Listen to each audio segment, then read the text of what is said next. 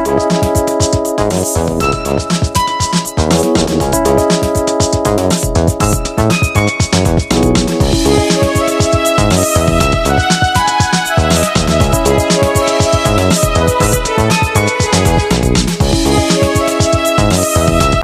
আলাইকুম রহমতুল্লাহ।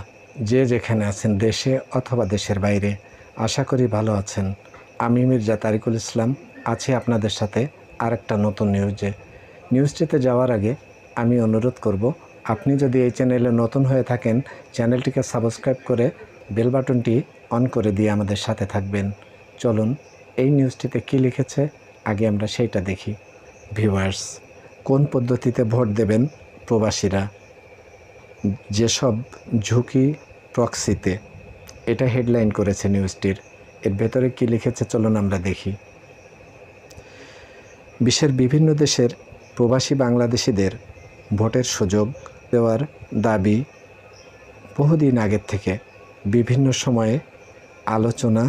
বাংলাদেশি প্রবাসীদের ভোটের সুযোগ দেওয়ার দাবি নিয়ে আগে বিভিন্ন সময়ে আলোচনা হলেও বিষয়টা এখন প্রথমবারের মতো উদ্যোগ নিয়েছে নির্বাচন commission.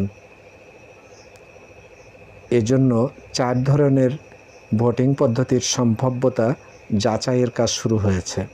Proxy voting, online, postal কিংবা সশরীরে ভোট, এই 4 পদ্ধতিতে সামনে রেখেই এর মধ্যে সম্ভাব্যতা যাচাই শুরু করেছে নির্বাচন কমিশন তথা ইসি।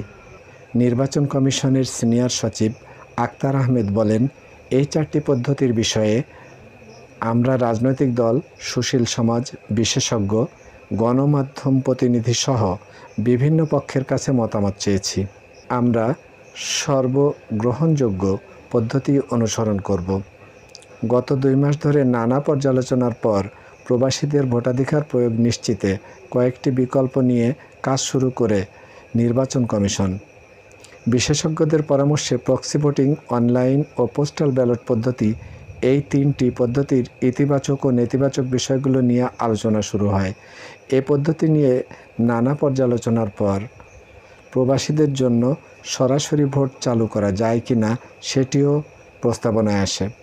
ঢাকা বিশ্ববিদ্যালয়ের কম্পিউটার সায়েন্স অ্যান্ড ইঞ্জিনিয়ারিং বিভাগের অধ্যাপক মোসাদ্দেক হোসেন কামাল বলেন, এখন নির্বাচন কমিশনের হাতে যে সময় আছে সেই বিষয়টিও মাথায় রাখতে হবে। সেই হিসেবে কোথাও পোস্টাল ভোটিং আর যেসব দেশের সুযোগ আছে সেখানে প্রবাসীদের জন্য সরাসরি ভোট চালু করা যায়। বিশেষজ্ঞ রাজনৈতিক দলসহ অংশীজনদের প্রস্তাবিত 4 পদ্ধতি নিয়ে পরামর্শ দিয়ে গত 15ই মে পর্যন্ত সময় বেঁধে দিয়েছিল নির্বাচন কমিশন। রাজনৈতিক দল ও সংশ্লিষ্ট পক্ষগুলোর কাছ থেকে নানা পরামর্শ পাওয়া গেছে। ইসির সিনিয়র সচিব আক্তার আহমেদ বলেন, অংশীজনদের মতামত ও পরামর্শ পর্যালোচনা করে চলতি মাসের মধ্যেই প্রবাসীদের জন্য ভোটের পদ্ধতি চূড়ান্ত করার চেষ্টা রয়েছে। প্রক্সি ভোটিংয়ের ঝোঁক ইসির। প্রক্সি ভোটিং পদ্ধতিতে প্রবাসী যারা ভোট দিতে চান তারা প্রথমে একটি অ্যাপে ফেস রিকগনিশনের মাধ্যমে নিবন্ধন করবেন। তারপর প্রি রেজিস্ট্রেশনের মাধ্যমে ভোট দেওয়ার আগ্রহ প্রকাশ করবেন। তার পক্ষে যিনি প্রক্সি ভোট দেবেন তার এনআইডি ও বিস্তারিত তথ্য দিতে হবে। ওই রেজিস্ট্রেশনের সময় যিনি প্রক্সি ভোট দেবেন তিনি নিজের ভোটও দিতে পারবেন। এটা হবে অনেকটা পাওয়ার অফ অ্যাটর্নির মতো। রেজিস্ট্রেশনের পর নির্বাচন কমিশন ভোটার তালিকার সঙ্গে জানিয়ে দেবে কারা কারা প্রক্সি ভোট দেবেন। তাদের জন্য আলাদা ভোটার তালিকা প্রয়োজন পড়বে না।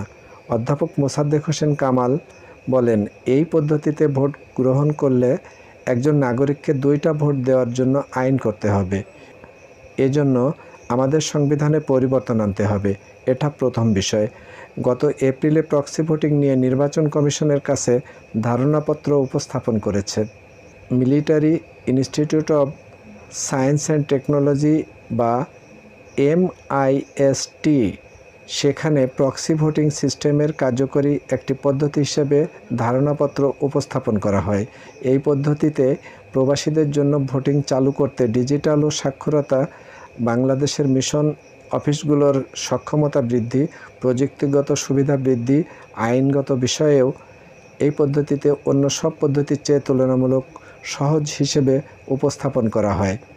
যেখানে কী প্রক্রিয়ায় এই ভোট সম্পন্ন হবে তারও বিস্তারিত রয়েছে। প্রবাসীদের ভোটিংয়ে নির্বাচন কমিশন গঠিত পরামর্শক কমিটির সদস্য ডক্টর আব্দুল আলিম বলেন, কিছু দুর্বলতা থাকলেও এখন পর্যন্ত প্রবাসীদের জন্য সবচেয়ে সহজ পদ্ধতি প্রক্সি ভোটিং।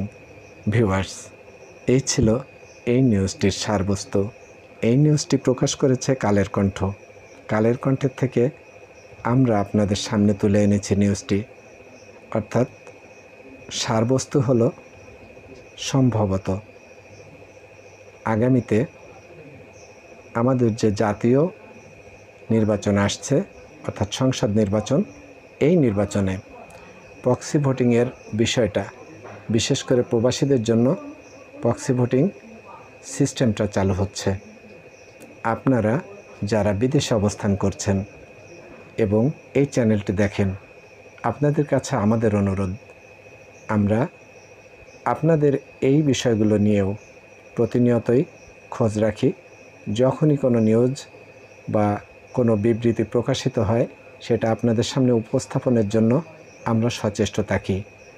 ভিউয়ার্স, আপনি যদি বিদেশ থেকে এই চ্যানেলটি দেখেন, তাহলে আরেক প্রবাসী ভাই বোনদের জন্য আপনারা এই নিউজগুলো শেয়ার করে দিয়ে আমাদের সাথে থাকবেন। তাহলে প্রবাসী ভাই বোনেরা সবাই এই চ্যানেলটি তারা দেখতে পাবে এবং আপডেট নিউজগুলো পাবে নির্বাচন সংক্রান্ত বিষয়ে। ভিউয়ার্স, আজ আর নয়, আপনারা ভালো থাকবেন, যে যেখানে থাকবেন। সকলের প্রতি রইল আমাদের শুভকামনা।